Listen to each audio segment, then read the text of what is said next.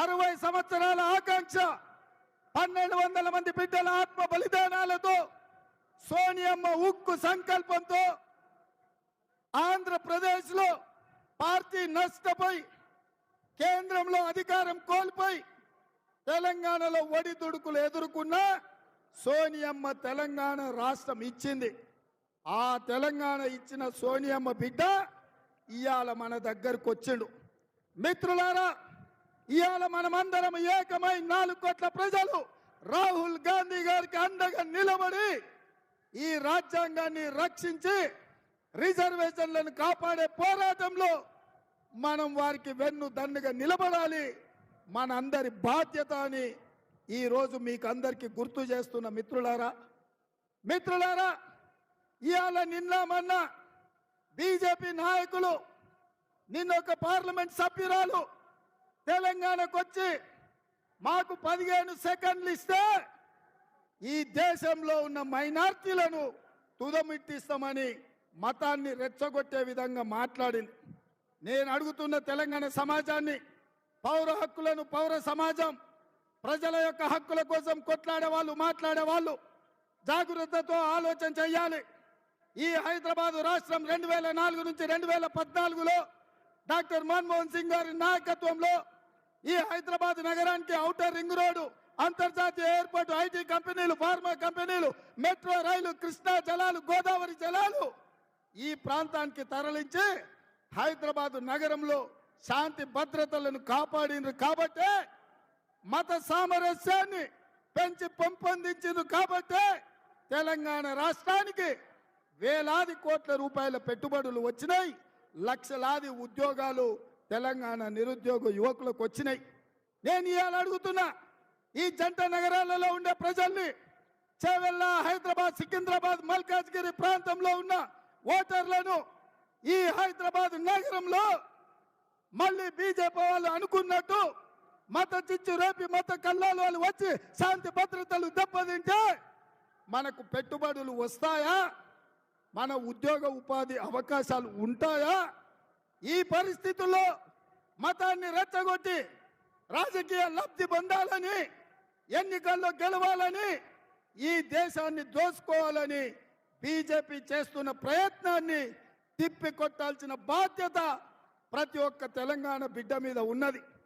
ఇవాళ ఈ హైదరాబాద్ నగరంలో చదువుకున్న వాళ్ళని, డాక్టర్లను, లాయర్లను, ఇంజనీర్లను, ఐఏఎస్లను, ఐపీఎస్లను, విద్యార్థులను, నిరుద్యోగ యువకులను ఆలోచన చెయ్యండి అని నేను విజ్ఞప్తి చేస్తున్నా. హైదరాబాద్ నగరం ప్రశాంతంగా ఉంది. మత సామరస్యం కాపాడినాం. ఈ నగరాన్ని అభివృద్ధి చేసినాం. ఈ నగరానికి వేల కోట్ల రూపాయల పెట్టుబడులు తెచ్చినాం. వందలాది పరిశ్రమలు తెచ్చినాం. ఐటీ కంపెనీలను తెచ్చినాం. ఫార్మా కంపెనీలను తెచ్చినాం. కాబట్టే ఇవాళ విశ్వ నగరంగా ఈ హైదరాబాద్ నగరం అభివృద్ధి చెందింది. ఇవాళ ఈ విశ్వ నగరంలో బీజేపీ వాళ్ళు విషం జిమ్ముతున్నారు. ఇవాళ బీజేపీ వాళ్ళ ఆలోచన ఒక్కటే, మత చిచ్చు పెట్టాలి, మతాల మధ్య విభజన చెయ్యాలి, ఎన్నికల లబ్ధి పొందాలి. ఇది తప్ప ఇంకొక ఆలోచన లేదు. ఈడికొచ్చిన మా సోదరులను నేను అడుగుతున్నా, శ్రీరామనవమి మనం చేయలేదా? హనుమాన్ జయంతి మనం చేయలేదా? మన తాతలు ముత్తాతలు పోచమ్మ, ఎల్లమ్మ, మైసమ్మ పూజలు చేయలేదా? కోడిని కొయ్యలేదా? కళ్ళు పొయ్యలేదా? మనకా వీళ్ళు హిందుత్వం గురించి నేర్పేది? ఇవాళ కేవలం అక్షింతల పేరు మీద రాముడి వారి ప్రతిష్ట జరగక ముందే 15 రోజుల ముందుగానే గ్రామాలకు, పట్టణాలకు అక్షింతల పేరు మీద పంపించి ఓట్ల బిచ్చం ఎత్తుకునే ప్రయత్నం చేస్తున్నారు బీజేపీలు.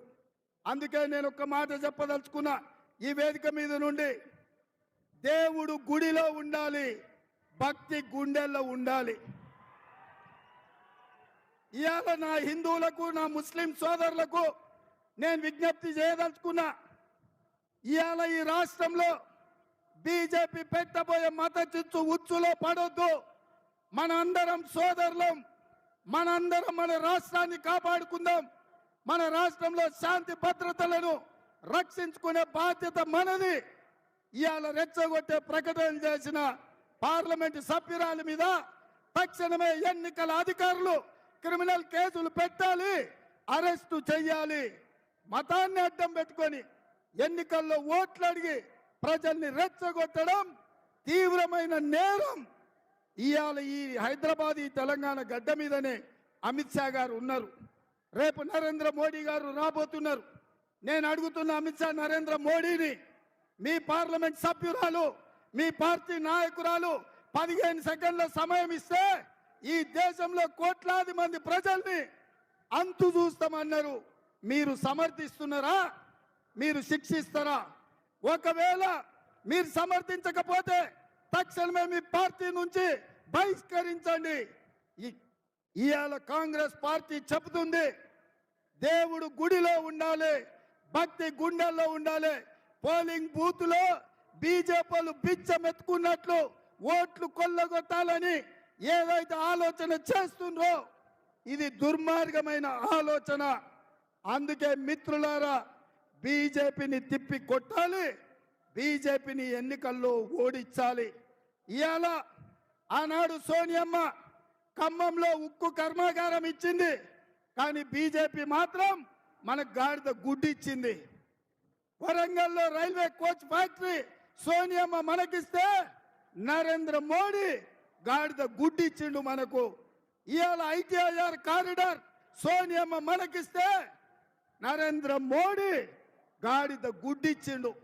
అందుకే మిత్రులారా, ఇవాళ మిమ్మల్ని అడగదలుచుకున్నా, మీరు నాతో పాటు నేను బీజేపీ ఏమిచ్చిందంటే గాడిద గుడ్డు ఇచ్చిందని మీరు అనాలి, మోడీ ఏం తెచ్చిందంటే గాడిద గుడ్డు అని మీరు అనాలి. సిద్ధమేనా?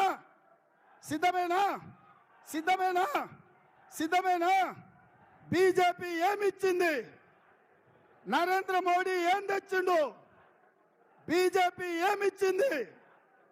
నరేంద్ర మోడీ ఏం తెచ్చిండు? మరి మిత్రులారా, గాడిద గుడ్డిచ్చిన బీజేపీకి కర్రు గాల్చి వాత పెట్టాల్సిన బాధ్యత మన అందరి మీద ఉన్నది. మన నగరాన్ని కాపాడుకొని, మత సామరస్యాన్ని కాపాడుకొని, ఈ నగరంలో పెట్టుబడులు తెచ్చి ఈ నగరాన్ని విశ్వ నగరంగా చేసే బాధ్యత కాంగ్రెస్ పార్టీ తీసుకుంటుంది. ఇవాళ బీజేపీకి ఓటేస్తే రాజ్యాంగాన్ని మార్చడానికి ఓటేసినట్టే, బీజేపీకి ఓటేస్తే ఎస్సీ ఎస్టీ బీసీ రిజర్వేషన్లను రద్దు చేసినట్టే. అదే కాంగ్రెస్ పార్టీ రాహుల్ గాంధీ గారి నాయకత్వానికి ఓటేస్తే రాజ్యాంగాన్ని రక్షించడానికి ఓటేసినట్టు, రిజర్వేషన్లను పెంచడానికి ఓటేసినట్టు. అందుకే మీరందరూ, మనమందరం రాహుల్ గాంధీ గారి నాయకత్వంలో పని చేయడానికి, కాంగ్రెస్ పార్టీని గెలిపించడానికి మనందరం సిద్ధం కావాలి. మీరందరు సిద్ధమేనా? సిద్ధమేనా? గట్టిగా, ఇంకా గట్టిగా, ఇంకా గట్టిగా ఢిల్లీకి వినిపించాలి, ఢిల్లీ మోడీ గుండెలు ఎదరాలి. సిద్ధమేనా? సిద్ధమేనా? సిద్ధమేనా? సిద్ధమేనా? జై కాంగ్రెస్, జై జై కాంగ్రెస్.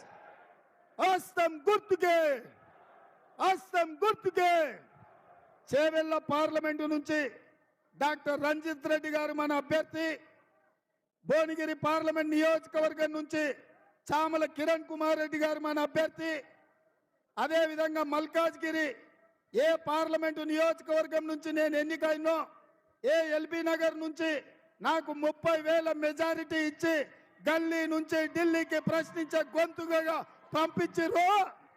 ఆ పార్లమెంటు నుంచి పట్నం సునీత మహేందర్ రెడ్డి గారు అభ్యర్థులు, ఈ ముగ్గురిని అత్యధిక మెజారిటీతో గెలిపించాల్సిందిగా మీకందరికి విజ్ఞప్తి చేస్తూ మీ అందరి దగ్గర సెలవు తీసుకుంటున్నాను.